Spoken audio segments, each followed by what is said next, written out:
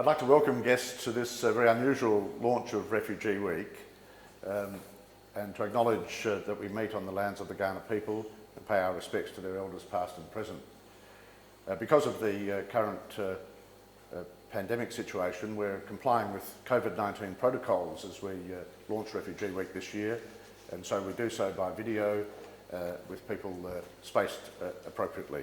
I'd like to now welcome the Honourable Minister Jing to officially launch Refugee Week.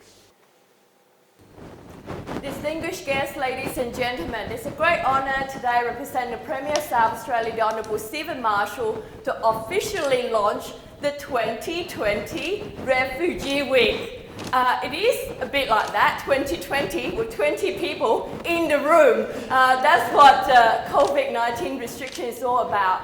Can I acknowledge the Australian Migrant Resource Centre for their wonderful work. Since 2001, the team at the Australian Migrant Resource Centre have been organising Refugee Week. This is an important week to recognise Australian effort in resettlement, important week to recognise all the wonderful contributions by the refugees communities. Congratulations all. I hope you will reach out there, say thank you, say hello, welcome all the refugees and thank them for their contribution to Australia, particularly South Australia. Thank you, Assistant Minister, and also the Premier for launching Refugee Week, albeit in a almost digital space, which is not conducive to human beings and belonging and whatever, but we have to put up with it until we come out of the crisis of the coronavirus.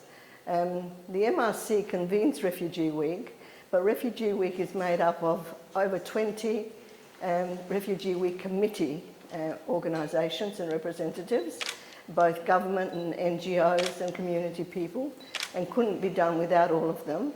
But it also, more importantly, in the past 20 years, has involved over 100 organisations and as many schools in participating in this event. It's, the event is now a mark in the South Australian calendar.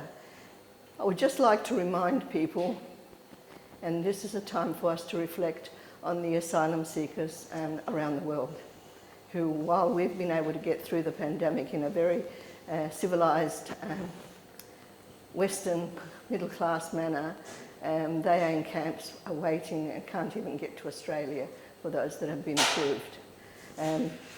But I also want to use this launch to thank and to applaud and acknowledge the wonderful people who have come as refugees, not just now.